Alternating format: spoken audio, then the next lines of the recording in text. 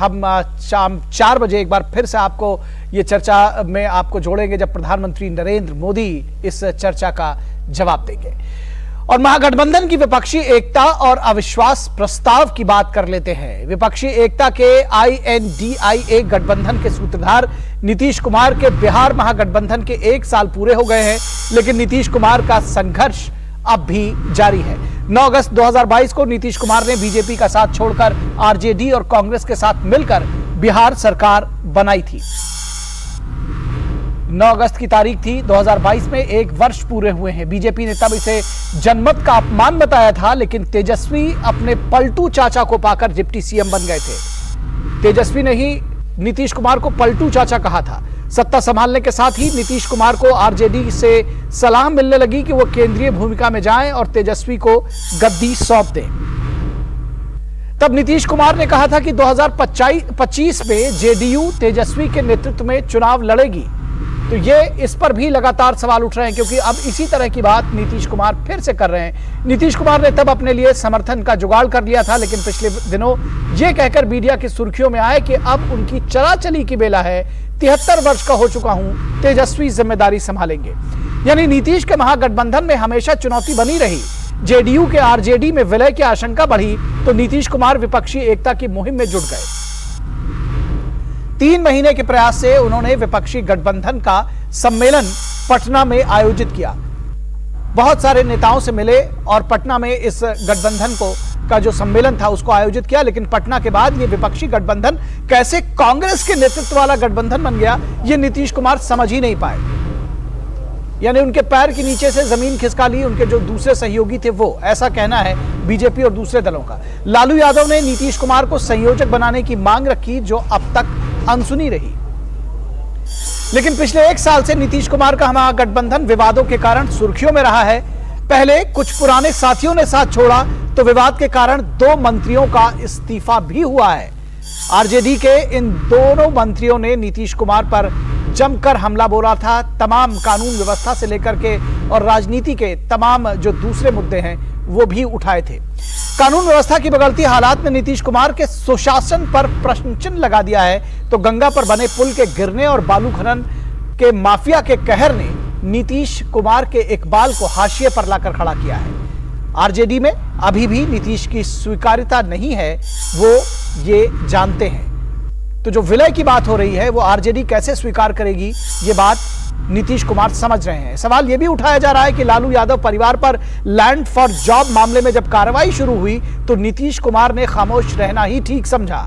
BJP को रोकने के लिए नीतीश कुमार ने बिहार में महागठबंधन बनाया, वहीं केंद्र की सियासत में उन्होंने अपनी भूमिका बढ़ाने के लिए विपक्षी एकता मंच की पैरवी की। नीतीश खुद को स्थापित करने के लिए बिहार में मशहूर रहे हैं, लेकिन कांग्रेस परिवार की महत्वाकांक्षा में नीतीश की सियासत उलझ गई है।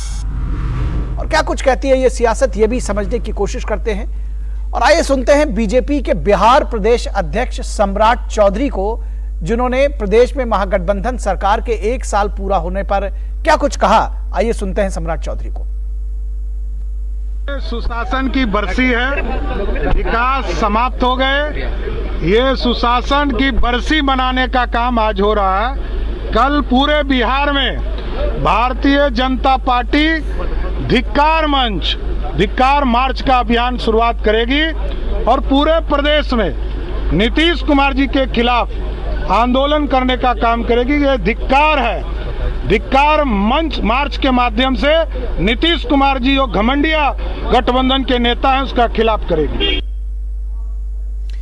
तो आपने खबर देखी और इस पर विस्तार से चर्चा करने के लिए हमारे साथ 3 खास मेहमान जुड़े हुए हैं। जयराम विप्लव जो कि बीजेपी के प्रवक्ता हैं, जयराम जी स्वागत है आपका। डॉक्टर भारती मेहता जो कि JDU की प्रवक्ता हैं, भारती जी आपका भी स्वागत है। और हमारे साथ हमारे संपादकीय सलाहकार विनोद मिश्रा जुड़े हुए हैं।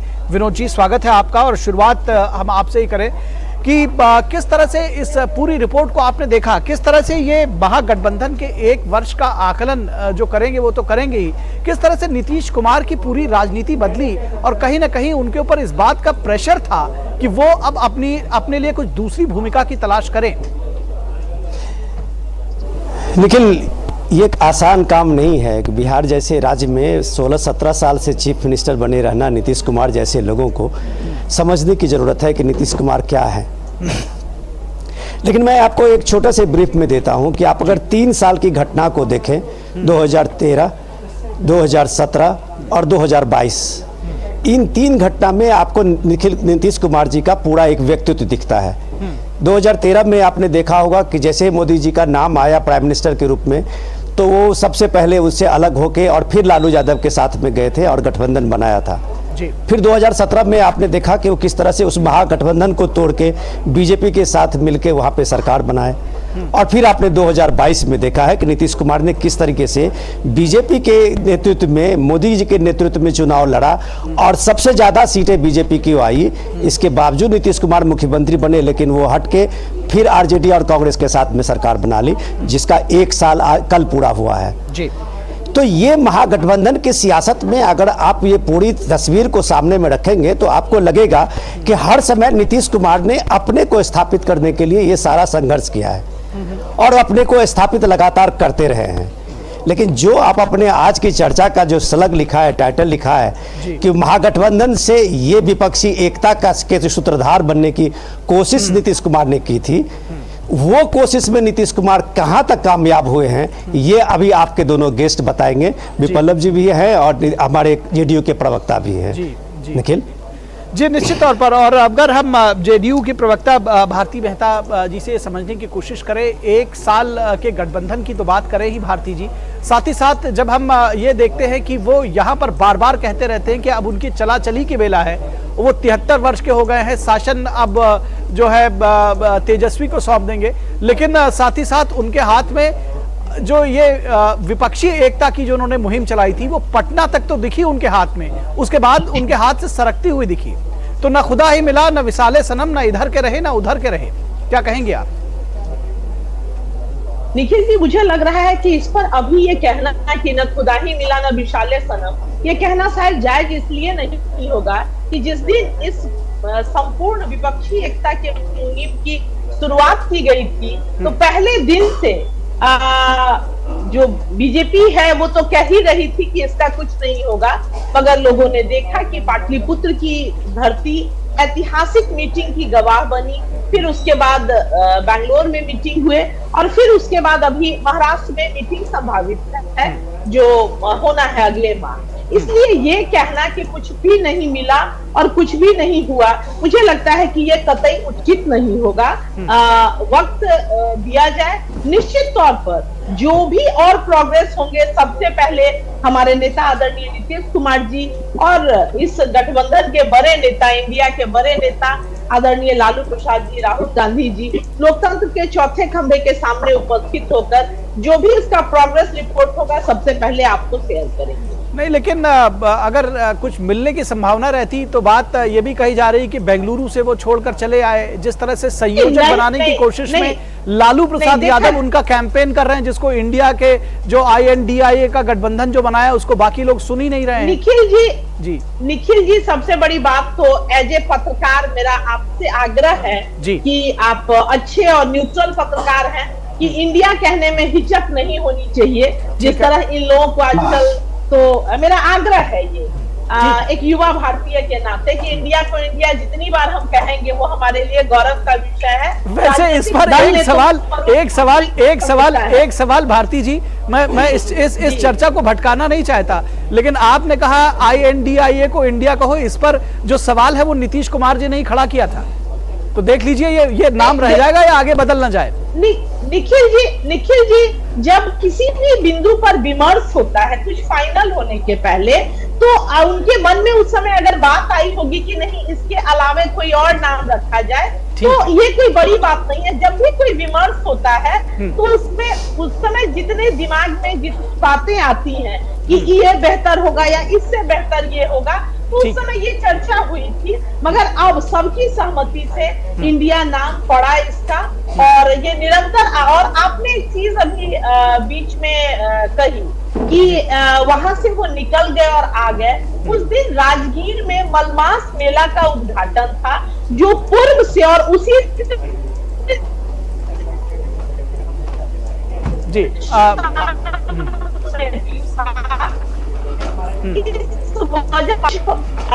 माननीय मुख्यमंत्री जी को शाम में कुछ पहले आना, अगर कोई पॉलिटिकल प्रोग्राम होता तो निश्चित तौर पे उसको एक्सटेंड कर दिया जाता, मगर वो मलमास मेला का ठीक है उद्घाटन, ठीक इस है, वजह से उनको थोड़ी देर 1 घंटा पहले प्रेस कॉन्फ्रेंस से 1 घंटा पहले उनको लौटना पड़ा। चलिए अगर आप उसका ये कारण बताती हैं, राजनीति में दरअसल इस तरह के कारण माने नहीं जाते, लेकिन अगर आप मान रही हैं, और मैं इस पर जयराम विप्लव जी का कमेंट लेना चाहूंगी, महागठबंधन के 1 साल को कैसे आंकेंगे और नीतीश कुमार की कोशिशों को कैसे आंकेंगे। जिस तरह से अभी भारती जी ने कहा कि वो तो दरअसल वहां से इसलिए चले आए थे क्योंकि उनका एक और कोई प्रोग्राम लगा हुआ था, आपको भी लगता है या आपको लगता है कि कांग्रेस दरअसल कहीं ना कहीं उसने छका लिया है इस पूरे गठबंधन को? देखिए, सबसे पहले तो मैं जेडीयू के हूँ या अन्य INDI संगठन से जुड़े हुए दलों के प्रवक्ता हूँ, उनको निवेदन करना चाहता हूँ कि आप या हम या कोई दल या कोई गठबंधन भारत का हिस्सा हो सकता है, भारत कभी नहीं हो सकता। तो इंदिरा इंडिया किसी ने नहीं कहा